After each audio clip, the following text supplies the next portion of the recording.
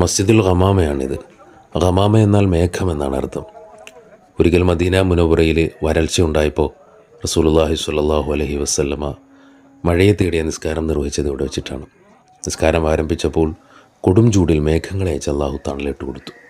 ഇവിടെ വെച്ച് അള്ളാഹുവിൻ്റെ റസൂൽ സ്വല്ലല്ലാഹു അലൈഹി വസല്ലമ ഈദ് നിസ്കാരം നിർവഹിച്ചിട്ടുണ്ട്. നജാഷി രാജാവിൻ്റെ മയ്യിത്ത് നിസ്കാരം നിർവഹിച്ചിട്ടുണ്ട്.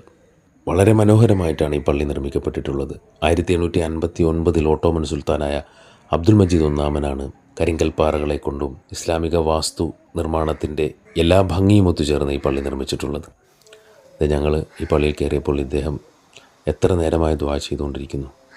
ദുആ ചെയ്യുകയാണെങ്കിൽ ഇതേപോലെ ദുആ ചെയ്യണം.